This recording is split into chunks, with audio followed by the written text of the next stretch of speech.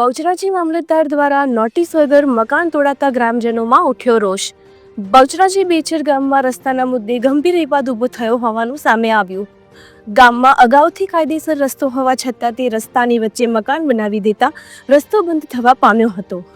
આ બાબતે રસ્તાનો ઉપયોગ કરતા પ્રજાપતિવાસ અને ઠાકોરવાસના લોકોએ મામલતદાર કચેરીમાં લેખિત અરજી કરી હતી।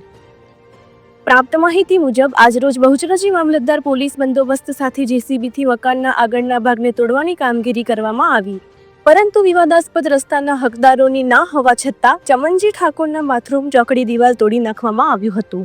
સૌથી ગંભીર બાબત એ છે કે મકાન માલિકને કોઈ પણ પ્રકારની પૂર્વ નોટિસ આપવામાં આવી ન હતી।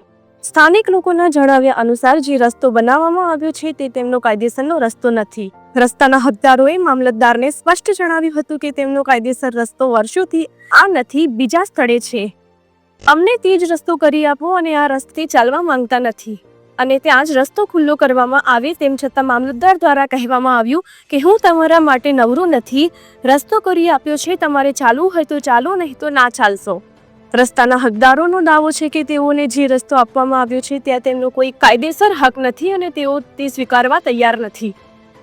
બીજી બાજુ ચમનજી ઠાકોરને કોઈ જ પ્રકારની નોટિસ કે જાણ કર્યા વગર અને તેમની ગેરહાજરીમાં તોડી નાખવામાં આવતા માનવતા અને કાયદાની પ્રક્રિયા પર પ્રશ્નો ઊભા થયા છે। આ સમગ્ર ઘટનાને લઈને ગામમાં ભારે રોષ જોવા મળી રહ્યો છે। લોકો હવે ઉચ્ચ અધિકારીઓ સમક્ષ ન્યાયની માંગ માટે તજવીજ કરવામાં આવનાર છે અને દોષિત અધિકારીઓ સામે તપાસ તથા યોગ્ય કાર્યવાહી કરવાની માંગ ઉઠી છે। અમારો રસ્તો જે છે એ રસ્તો મારા ખુલ્લો જોવે, જૂનો ખુલ્લો માં જોવે, બીજા રસ્તે માં નહીં, બીજો રસ્તો નહીં બાજુ તો અમારે જે જૂનો રસ્તો હોય ને એ જ અમારો ખુલ્લો જોવે, અમારા બીજા રસ્તે અડવાનું નહીં।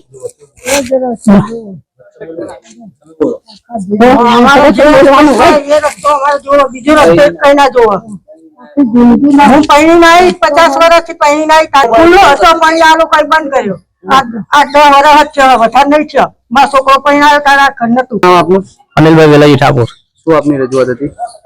અમારી રજૂઆત એ હતી કે અમારો કાયદેસર રસ્તો આર્યો છે, અમે અરજી મામલતદારને આલી હતી અને મામલતદાર આયા સ્થળ ઉપર અને અમારો જે કાયદેસર રસ્તો હતો એને કોઈ કાર્યવાહી ના કરી અને બિનકાયદેસર રસ્તો બતાવીને તોડફોડ કરીને જતા રહ્યા। બરોબર, તો જો આપની માંગણી શું રહેશે? અમારી માંગણી છે અમારો કાયદેસર જે રસ્તો છે પહેલાના ઘડિયા હેઠળ એ રસ્તો અમારો જુઓ। કયો રસ્તો હતો? અમારો કાયદેસર રસ્તો આર્યો છે।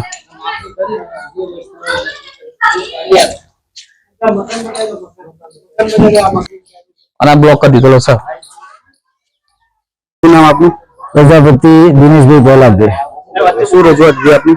અમારો જે રસ્તા બાબતની રજૂઆત હતી, અમારો જે કાયમી નીકળવાનો રસ્તો હતો કઢિયા વખતનો, એ રસ્તો લોક કરેલો હતો એટલે અમે મામલતદાર સાહેબને અરજી આપેલી હતી, પણ મામલતદાર સાહેબે અમારી અરજીનો કોઈ કોઈ જાતનું રિસ્પોન્સ લીધા નહીં અને ડાયરેક્ટ જ જે રસ્તાની સમસ્યા હતી એ રસ્તાનું નિરાકરણ મેલ પડી અને વિરુદ્ધ દિશામાં કે જે જગ્યાએ અમે હાલ્યા નથી એવા એ જગ્યા પરનું એને તોડફોડ કરી અને કે આ તમારો રસ્તો છે, તમારે નીકળવું હોય તો આ રસ્તો ખુલ્લો કરી આલ્યો। શું નામ આપનું? ઠાકોર મનોજ। બરોબર, શું સમસ્યા હતી આપની? આપણે સમસ્યા એવી છે કે અહીંયા જે બિનકાયદેસર રસ્તો આપણે જોતો જ નથી। આ બધે લીગલમાં જે રસ્તો હોય ને અહીંયા બધા અમારા વડીલો ત્યાં હેડ્યા એ રસ્તો આપણે જોઈએ। બરોબર, શું નામ આપનું? નામ ચમનજી વિરાજી ઠાકોર। શું તકલીફ હતી?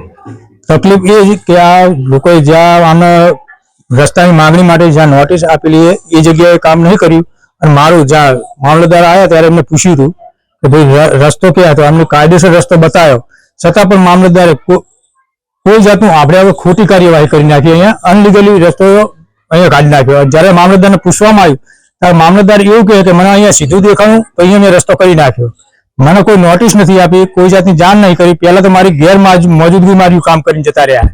ક્યારે મામલતદારે તોડી? ગઈકાલે 24 તારીખ। શું માંગણી તમારી? મારી માંગણી એ જ અત્યારે પૂછવામાં આવ્યું ત્યારે એવું કહે કે હવે તમે ફરીથી આ ચણી લો તમારી રીતે, તો મારા ઘરે પડે તોડવાનું અને આ બધું ચણી લેવાનું। મારી માંગણી એ જ છે કે આ બધું તોડિયાલીનો ખર્ચો મામલતદાર આલે।